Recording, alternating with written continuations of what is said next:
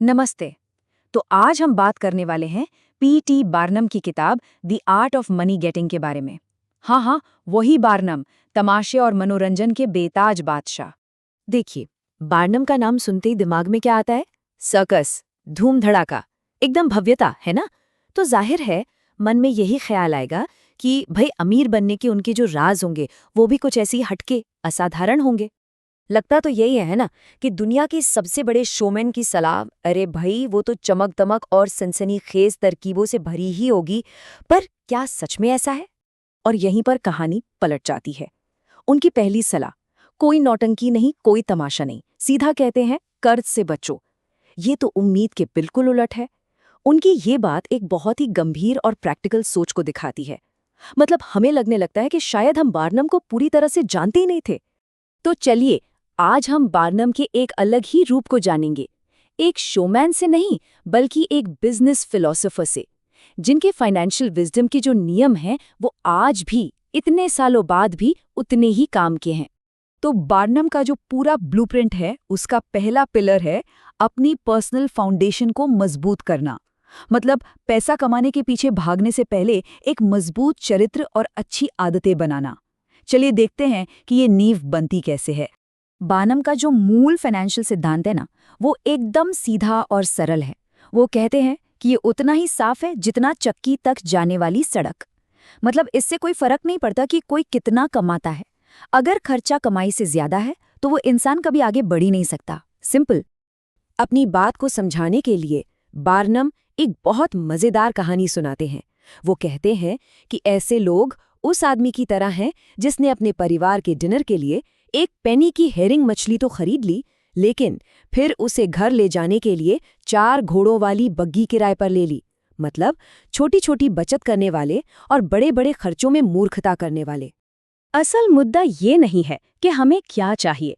मुद्दा ये है कि हम सोचते हैं कि दूसरे हमसे क्या उम्मीद करते हैं।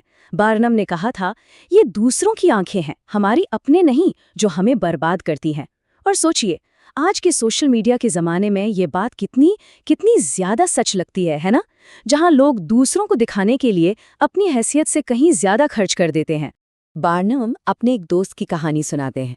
उस दोस्त ने एक बहुत महंगा सोफा खरीदा। अब उस सोफे से मैच करने के लिए कुर्सियां चाहिए थीं, फिर मेजें, फिर कालीन, और आखिर में घर उन सब चीजों के लिए छोटा लगने लगा, तो एक नया घर बनाना पड़ा। सोचिए, एक अकेली लग्जरी चीज ने खर्चों की एक ऐसी लाइन लगा दी जो इंसान को फाइनेंशियल बर्बादी तक ले जा सकती थी। तो बार्नम के लिए असली दौलत कमाने से पहले इन पर्सनल आदतों को अपनाना सबसे जरूरी है। अच्छा स्वास्थ्य ही असली धन है, और ईमानदारी वो तो सबसे अच्छा इन्वेस्टमेंट है। ठीक है, तो पर्सनल फाउंडेशन तो बन गई। अब चलते हैं बार्नम के ब्लूप्रिंट के दूसरे हिस्से की तरफ। जब नींव मजबूत हो जाए तो अगला कदम है बिजनेस शुरू करने और उसे चलाने के प्रैक्टिकल तरीकों पर फोकस करना। देखिए, ये उद्यमियों के लिए एकदम साफ एक्शन लेने वाली गाइड है। पहला, ऐसा काम चुनो जिसमें सच में मजा आता हो। दूसरा, सही जगह चुनो क्योंकि गलत लोकेशन पर अच्छा बिजनेस भी डूब जाता है। तीसरा, जो भी करो पूरी जान लगाकर करो।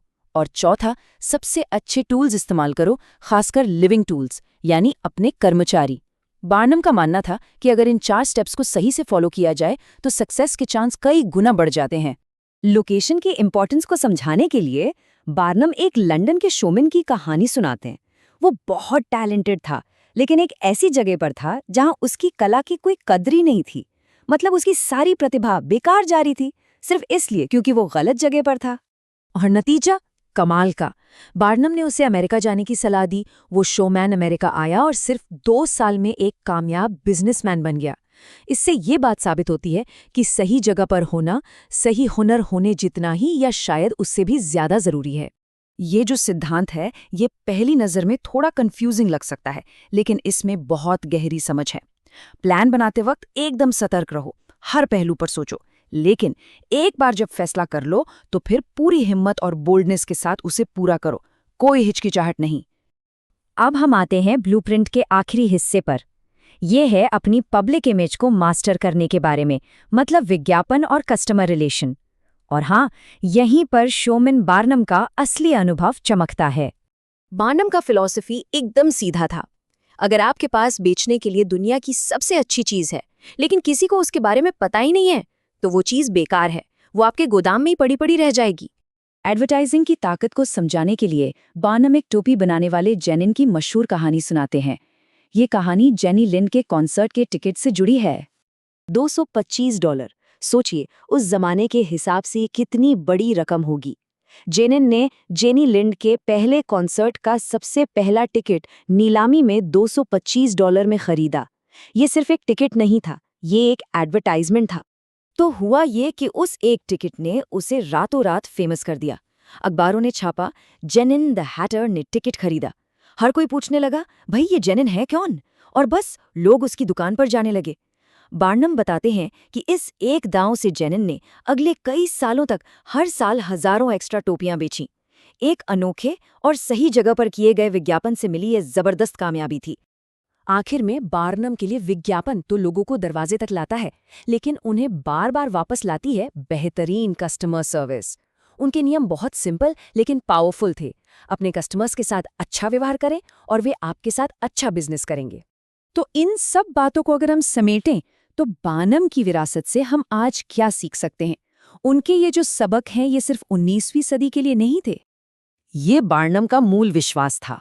उनका मानना था कि असली दौलत तजुर्बे और कड़ी मेहनत से बनती है, विरासत में मिले पैसे से नहीं। वो सोने का चम्मच लेकर पैदा हुए अमीर वारिस की कहानी सुनाते हैं, जो आखिर में सब कुछ गवा देता है, क्योंकि उसने कभी पैसे की कीमत सीखी ही नहीं। और ये हमें आज के लिए एक बहुत ज़रूरी सवाल पर छोड़ जाता है। एक ऐसी दुनिया में जहां हर कोई तुरंत कामयाबी चाहता है, गेट रिच क्विक स्कीम्स का बोलबाला है, क्या बार्नम की पुरानी आजमाई हुई सलाह कि कड़ी मेहनत करो, कर्ज से बचो और ईमानदारी से जियो, यही सफलता का सबसे भरोसेमंद, भले ही कम ग्लैमरस रास्ता है? सोचने वाली बात है।